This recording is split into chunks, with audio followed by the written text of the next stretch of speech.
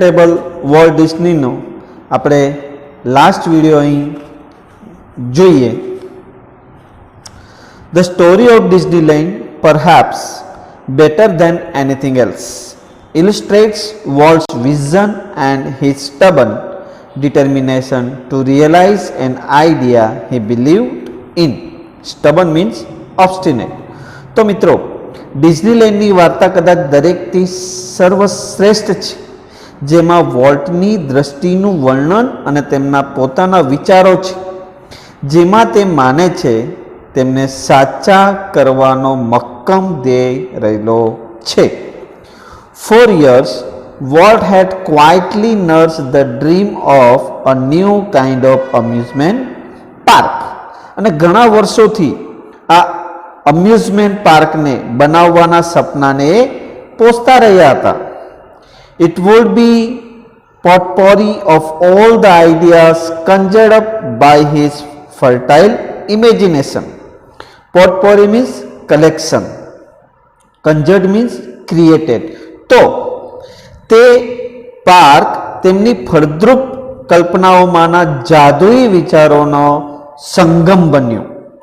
But the idea of sinking millions of dollars into an amusement park seemed so preposterous that he would not mention it to anyone.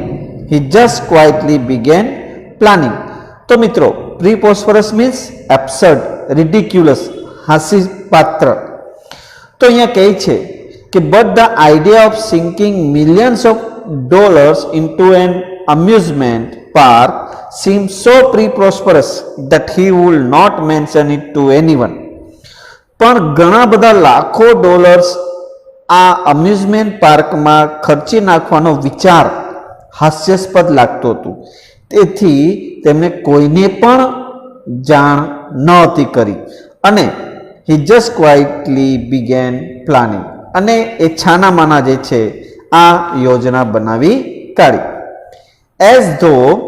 As usual, though he infused of all us with his own enthusiasm. Infuse means inspired. તો અંતે હંમેશ મુજબ પોતાના ઉત્સાહથી બધાને ઉત્સાહિત કરતા. He infused all of us with his own enthusiasm. Enthusiasm એટલે ઉત્સાહ. તો તેમના ઉત્સાહથી બધાને ઉત્સાહિત કરતા. When he finally told us about the project, અને જ્યારે છેવટે અંતે એમના પ્રોજેક્ટ વિશે જ્યારે કહ્યું, someone asked, કોઈકે એને પૂછ્યું, Walt, how should Disneyland look? Walt, Disneyland તમારા મત મુજબ કેવું લાગવું જોઈએ? Quick came the reply. તો વોલ્ટ ડિઝનીએ તરત જ એનો પ્રત્યુત્તર આપ્યો, It should look like nothing else on this earth. એણે કહ્યું કે એવું કે જેના જેવું આ પૃથ્વી પર બીજું કંઈ ન હોય. Predictably, we had trouble raising money, but Disneyland did open in July 1955. Predictably means forecastingly. અમારા અનુમાન મુજબ we had trouble raising money. અમને પૈસા ઊભા કરવામાં મુશ્કેલી પડી હતી. But Disneyland did open in July 1955. પરંતુ 1955માં જુલાઈ મહિનાના 1955માં ડિઝનીલેન્ડ ઓપન થયું. Since that first day millions of people have flocked to see the unique creation of Walt imagination. અને ત્યારથી પ્રથમ દિવસથી જ લાખો લોકોની ભીડ જામી ગઈ વોલ્ટની કલ્પનાનું અદ્ભુત સર્જન જોવા માટે. Flock means crowd. તો મિત્રો, જુલાઈ મહિનાના 1955માં જ્યારે ડિઝનીલેન્ડ શરૂ થયું, તે પ્રથમ દિવસે જ લાખો લોકોની ભીડ જામી ગઈ. આ વોલ્ટની જે યુનિક ક્રિએશન ઇમેજિનેશન જે છે, અદ્ભુત કલ્પનાનું જે સર્જન જે છે એને જોવા માટે લાખો લોકોની ભીડ જામી ગઈ. Like a kid with a new toy, biggest shiniest toy in the world. જાણે કે નાના બાળકના હાથમાં સમગ્ર વિશ્વનું સૌથી મોટું અને સૌથી અદ્ભુત રમકડું આપી દેવામાં આવ્યું હોય. Ward used to wander through the park staring as happily as any tourist. તો મિત્રો આ વોલ્ટ ડિસ્ની જે છે એક ટુરિસ્ટની જેમ જ ખુશી અને અજરજથી દરેક સમયે આ પાર્કમાં ફરતા અને તેમને જોતા. The overwhelming success of Walt's crazy idea triggered a dramatic about face in the Disney fortunes. About face means sudden and complete change. And triggered means started. તો મિત્રો વોલ્ટની આ પાગલ અદ્ભુત કલ્પનાએ અતિ તીવ્ર સફળતાથી ડિઝનીની આર્થિક મૂડીને એકત્ર કરવાની શરૂઆત કરી. Yet success never change volt. એને ઘણી બધી સફળતા મળી ડિઝનીલેન્ડમાં, તેમ છતાં સફળતાથી એ વોલ્ટ ડિઝનીમાં કશો ફેર પડ્યો નહીં. He remind the simplest of man. હંમેશા એક સિમ્પલ માણસની જેમ રહેતો. He hated parties and his idea of a night out was a burger and chilli at some little restaurant.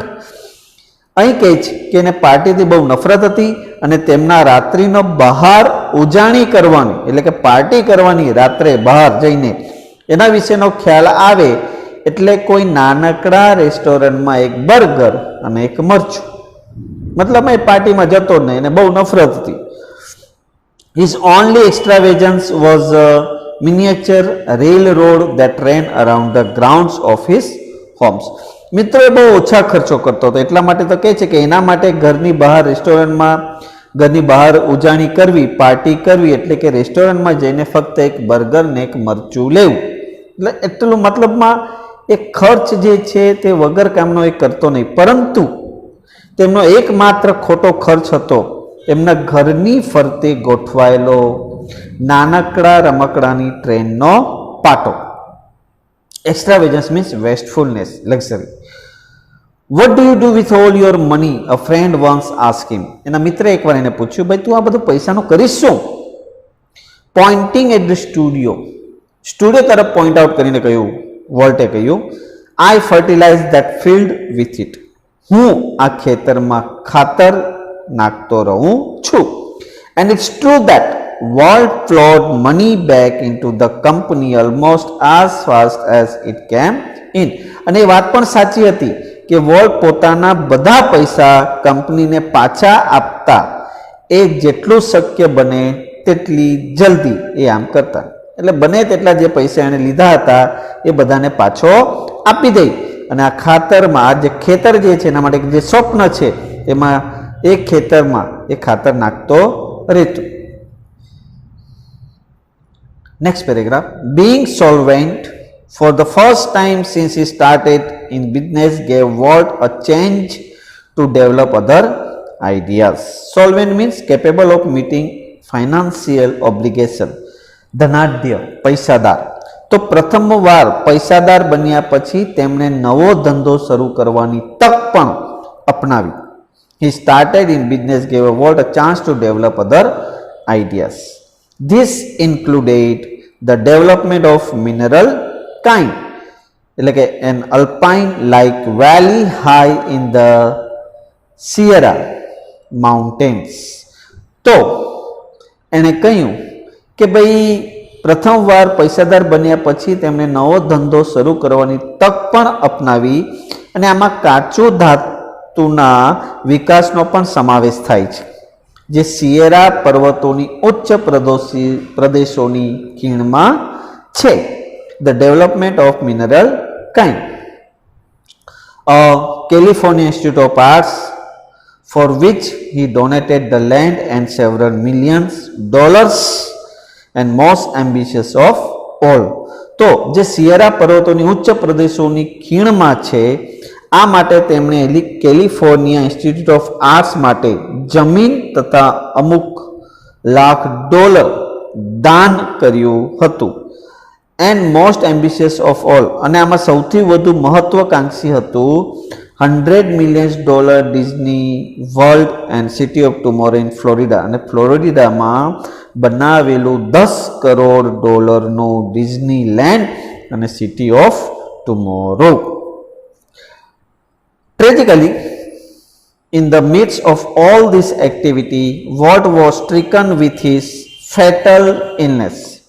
તો મિત્રો, ટ્રેજિકલી કરુણ રીતે જો હું વાત કરું, દુર્ભાગ્યે આ દરેક પ્રવૃત્તિની વચ્ચે વોલ્ટ જીવલેણ બીમારીમાં સપડાયો. Stricken with an fatal illness, fatal એટલે કાઉઝિંગ ડેથ, જીવલેણ બીમારીમાં સપડાયો.